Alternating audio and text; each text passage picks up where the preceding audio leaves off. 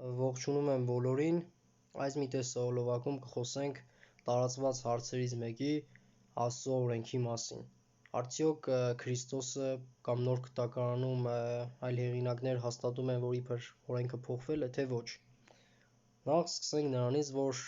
օրենք ասելով նկատի ունենք 10 պատվիրանը, որը Աստված տվել էր սարի վրա Մովսեսին։ Սակայն, եթե դուք դրանք նկատեք, դա միայն հրեաներին չէր տված, դա համամարտկային բարոյական արժեքներ էր։ Կար օրենքներ, որոնք հրեաներին էին տված եւ այլևս դրանք չեն օգտագործվում մարդկանց կողմից, բայց կատարվել են Քրիստոսի կողմից։ Օրինակ գառան զոհաբերությունը, նոխազներից մեկի զոհաբերությունը, մյուսի անապատ տարվելը, որը խորհրդանշում է սատանային, եւ այլ տարբեր ծիսական օրենքներ, կար պետական օրենքներ, օրինակ բարոյական պատվիրանը ասում էր մի սպանիր, իսկ պետական օրենքում ասում էր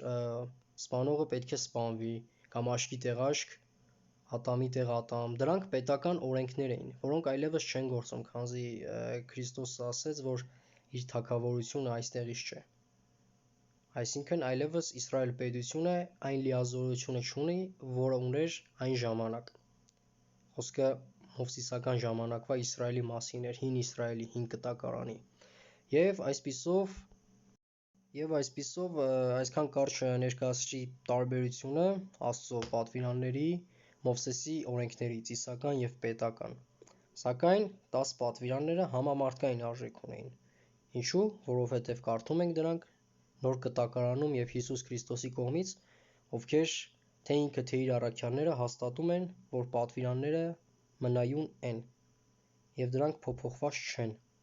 Հիմա այդ հարցերին անդրադառնանք ըստ Աստվածաշնչի եւ տեսնենք ինչ է ասում Աստվածաշունչը։ Պետք է հասկանալ ըստ Աստվածաշնչի, ոչ թե ըստ մարդկանց քարոզածի։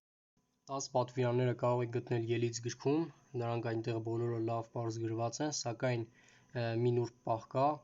4-րդ պատվիրանը, երբ որ ասում է, որ 7-րդ օրը հանգիստ լինի, խոսքը շաբաթ օրվա մասին է։ Ճիշտ թարգմանությամբ հենց շաբաթ օրն է, ոչ թե կիրակի կամ այլ օր։ Լավ, ինչևից է։ Անցնենք բուն թեմային, սկսենք Մատթեոս 5-րդ գլուխ 17-ից 19-րդ համարները։ Քրիստոսն է ասում. «Մի կարծեք, թե ես եկայի օրենքը կամ մարգարեները քանդելու, ես չեկայի քանդելու, այլ կատարելու, որովհետև ճշմարիտ ասում եմ ձեզ, մինչև որ երկինքն ու երկիրը անցկենան, օրենքիցը մի կետ կամ մեկ պստիկ նշանագիր չի անցնիլ, մինչև որ բոլորը չկատարվի»։ Ահա այստեղ պարզ գրված է, որ օրենքը անփոփոխ է եւ նույնիսկ Քրիստոսը չի փոխել։ Եվ սրանից հետո Քրիստոսը շարունակում է նույն գլխի մեջ. «Լսել եք, որ ասվեցավ. քո ընկերին սիրիր եւ քո թշնամին ատիր, բայց ես ասում եմ ձեզ. սիրեցեք ձեր թշնամիներին, օրհնեցեք ձեզ անիծողներին, բարի արեք ձեզ ատողներին»։ Ահա այս համարը մարդիկ կարդալով ասում են. «Տես, այն ժամանակ օրենքը փոխվել էր, մինչ այդ թշնամուն ատում էին, իսկ հիմա Քրիստոսը ասում է սիրիր»։ Բայց արդյոք դա այդպես է, կամ այդպիսի հրաման արդյոք Աստծո կողմից տրվել է հին Կտակարանում, որ պետք է ատել հենց թշնամիներին։ Եկեք ուսումնասիրենք։ Բացելով հին Կտակարանի Ելից գլխի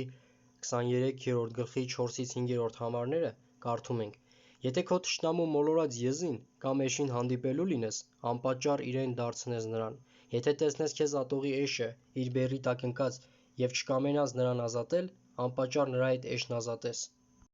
Կամ այլ համար, Առակաց գրքի 20-րդ գլխի 22-րդ համարը. «Մի ասիր, չարության փոխարեն հատուցանեմ, Տիրոջը ուսացիր, եւ նա քեզ կազատե»։ Ահա եւ հին Կտակարանը, որն ասում է չարին նույն ձև չարով չեն պատասխանում։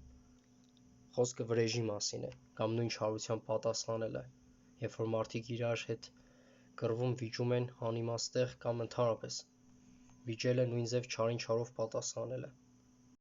Հաջորդը Մատթեոս գիրք 19-րդ գլուխ 16-ից 19-րդ համարներ։ Այսինքն երկար է, որպեսզի երկար չկարդամ, կարճ ասեմ, դուք կկարդաք։ «Եվ ահա մեկն եկավ նրա մոտ եւ ասեց. Բարի վարդապետ, ինչ բարի գործ գործեմ, որ հավիտենական կյանքն ունենամ»։ Այնուհետև, որպեսզի երկար չկարդամ, Քրիստոսը նրան ասում է. «Պահիր պատվիրանքները»։ Նրան ասեց. «Որոնք»։ Հիսուսն էլ ասեց սրանք. «Մի սպանիր, մի շնար, մի գողանար, մի սուտ վկայիր, պատվիր քո հորը եւ քո մորը եւ սիրիր քո ընկերոջն քո անձի պես»։ Ահա, կրկնեց նա 10 պատվիրանները հիմնականում։ Եվ ինչպես էր նա ասում, կամ փոխել պատվիրանները, եթե կրկնում է նույն պատվիրանները այստեղ։ Ղուկաս 10-րդ գլուխ 25-ից 28-րդ համարներ։ Եվ ահա մեկ օրինական վեր կացավ նրան փորձում էր ասելով. «Վարդապետ, ինչ գործեմ, որ հավիտենական կյանքը ժառանգեմ»։ Նա էլ ասաց նրան. «Օրենքում ինչ է գրված»։ Եվ նա ասեց. «Սիրիր քո Տեր Աստծուն քո բոլոր սրտիցը, քո բոլոր անձիցը, քո բոլոր զորությունից և քո բոլոր մտքիցը, և քո ընկերին քո անձի պես»։ Եվ նրան ասեց. «Ուղիղ պատասխանեցիր, այդ արա և կապրես»։ Ահա նա ասավ այն երկու պատվիրանը, որտեղից մյուս պատվիրաններն են, այսպես ասած, ճյուղավորվում։ Սիրիր քո Տեր Աստծունը վերաբերում է առաջին 4 պատվիրանին, սիրիր քո մերձավորին մնացած 6 պատվիրանին։ Հիմա որպես ապացույց դա կտեսնենք Նոր Կտակարանի այլ համարում։ Հռոմայեցիս 13-րդ գլուխ 8-ից 10-րդ համարներ։ Ոչ հովի ոչինչ պարտական չմնաք, բացի իրար սիրելուց, որտև ընկերին սիրողը օրենքը կատարել է։ Վասնզի այն մի շնարը, մի սպանիրը, մի գողանարը, մի սուտ վկայիրը և այդպես այս խոսքումն է բովանդակվում. քո ընկերը սիրիր քո անձի պես։ Ահա թե որտեղից է գալի սիրելը։ Այսինքն օրենքը նախատեսված է եղել, որպեսզի մարդ իր սխալները հասկանա։ Օրինակ ինչպես է հայելին։ Հայելին նախատեսված է, որ դու նայես և մաքրես քո երեսը, եթե դրա կարիք կա։ Նույնպես էլ պատվիրանները։ Պատվիրանները նախատեսված են, որպեսզի ճանաչենք մեղքը և դրանից հեռու մնանք, սակայն փրկությունը Քրիստոսի հավատից է։ Այսինքն, եթե չկա սեր, ցանկություն էլ չկա պատվիրանը պարելու։ Եթե դու քո դիմացինին սիրում ես, նրան չես սպանի, նրանից չես գողանա։ Նույն ձև եթե դու Աստծուն ես սիրում, բոլոր պատվիրանները կպահես, սկսած որ բացի իրենից ուրիշ աստված չես ունենա, նկարներով չես պաշտի, իր անունը զուր տեղը չես տա, շաբաթ օրը կպահես եւ այլն։ Մատթեոս 15-րդ գլուխ 18-ից 19-րդ համարները։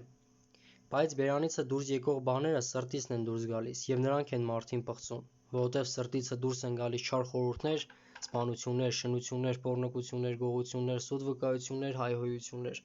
Այս ասել է Հիսուս Քրիստոսը։ Եթե 10 պատվիրանը այլևս չկա, կամ այլևս օրենք պահելու կարիք չկա, ապա ինչպես է նա հին, ավելի ճիշտ 10 պատվիրաններից մեջբերումներ անում։ Հաջորդը, որ կուզենայի ասել, մարդկանց շփոթացնող այս համարն է։ Հռոմայեցիներ 3-րդ գլուխ 20-րդ համար։ Որովհետև օրենքի գործերիցը ոչ մի մարմին չի արդարանալ նրա առաջին, որտեղ օրենքում է լինում է մեղքի գիտություն։ Ահա նոր իմ ասածը։ Օրենքով համաձայն եմ, փրկություն չկա։ Չես կարող օրենքը պահես և փրկվես։ Առանց Քրիստոսի չես կարող, առանց սիրո չես կարող օրենքը պահել, անհնար է։ Դա կլինի, այսպես ասած, ստիպված պահել, որ մի օր, այսպես ասած, չես դիմանալու և մեղք ես գործելու, ինչպես Եդեմական պարտեզում գայթակղությունից եղավ։ Այդպես էլ այստեղ։ Սակայն դա չի նշանակում, որ օրենք պահելու կարիք չկա։ Ինչքան էլ մենք օրենք պահենք, պետք է հիշենք, որ նախկինում օրենքներ շատ զանց են առել, և դրա համար մեզ համար բարեխոսը Քրիստոսն է երկնքում։ Հռոմայեցիներ 3-րդ գլուխ 31-րդ համար։ Արդ միթե օրենքը խափանում ենք հավատքովը, քավլիցի, այլ օրենքը հաստատում ենք։ Ահա նույն այստեղ Պողոս առաքյալը նույն իր թղթում գրում է, որ օրենքը նրանք չեն խափանում, այլ հաստատում են։ Այսինքն իմ ասածն է, հավատքից են հաստատում օրենքը։ Եթե չհավատան, դժվար է պահելը օրենքը։ Մարդկանց մոտ այսպիսի թուր կարծիք կա, թե իբր հին Կտակարանում մարդիկ օրենքով էին փրկվում, իսկ հիմա արդեն շնորհով, բայց արդյոք դա այդպես է։ Եկեք նայենք ըստ Աստվածաշնչի։ Հին Կտակարան, Եզեկիելի գիրք 36-րդ գլուխ 22-րդ համար։ Սրա համար ասիր Իսրայելի տանը. այսպես է ասում Տեր Եհովան. չէ թե ձեզ համար եմ անում ես, ով Իսրայելի տուն, այլ իմ սուրբ անունի համար, որ դուք պղծեցիք այն ազգերի մեջ, ուր որ գնացել եք։ Այսինքն այստեղ Աստված ողորմություն է անում։ Հռոմայեցիս 4-րդ գլուխ 1-ից 3 համարներ։ Արդ ինչ ասենք, թե մեր Աբրահամ հայրը գտավ մարմնի կողմանը, որտև եթե Աբրահամը գործերով արդարացած լիներ, պարծանք կունենար, բայց ոչ թե Աստծո առաջին, որտև Գիրքն ինչ է ասում. Աբրահամը հավատաց Աստծուն և արդարություն համարվեցավ նրան։ Այսինքն այստեղ ևս հաստատվում է, որ հավատից է փրկությունը։ Նույնիսկ Հին Կտակարանի մասին է խոսքը։ Ահա և խափանում ենք այսպես այդ թյուր կարծիքը, թե իբր հին գտակարանում չկա շնորհ կամ հավատ։ Հաջորդ համարը, որը մարդիկ այլ ձև են մեկնաբանում կամ չգիտեմ շփոթվում են, սա է. Եփեսացիներ 2-րդ գլուխ 14-ից 15-րդ համարներ։ Վասնզի նա է մեր խաղաղությունը, որ երկուսին մեկ արավ, եւ մեջտեղի բաժանող պատը թշնամությունը քանդեց իր մարմնովը, հրամաններով դրած պատվիրանքների օրենքը խափանելով, որ իրանով երկուսին մեկ նոր մարդ ստեղծե, խաղաղություն անելով։ Ահա այս համարներն էր շփոթեցնող հիմնական։ Ես հիշում եք, երբ որ սկզբում ասում էի տեսահոլովակի, որ մի քանի տեսակ օրենքներ կար, սակայն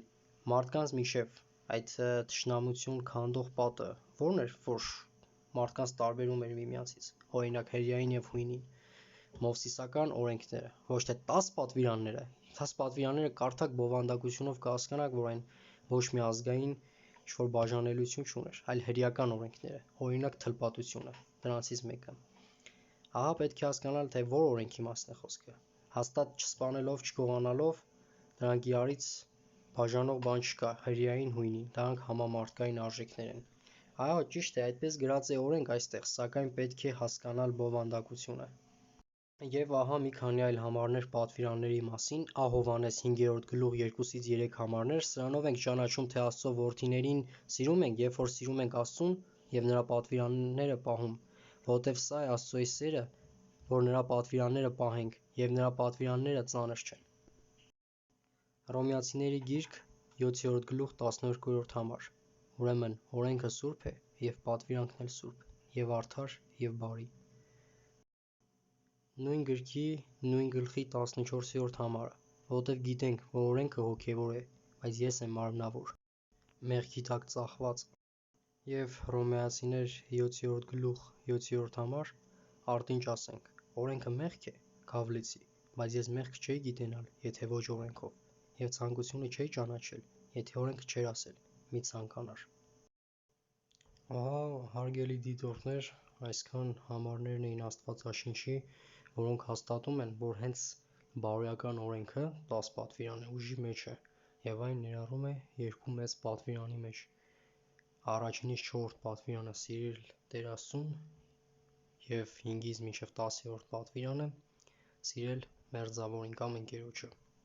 Հիշեք, սիրուց է պատվիրանը։ Պետական օրենքներում մենք գիտենք, եթե ինչ-որ բան խախտել ենք, պատժվում ենք, բաներ կա ստիպված ենք անում, սակայն Աստծո օրենքը պահանջում է սեր։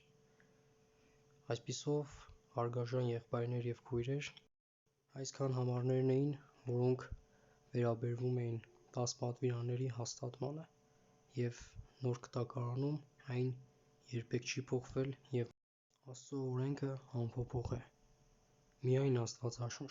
կարդացեք Աստվածաշունչ եւ ճշտեք ձեր հարցերը ըստ Աստվածաշնչի, ուրիշ ոչ մի բանի։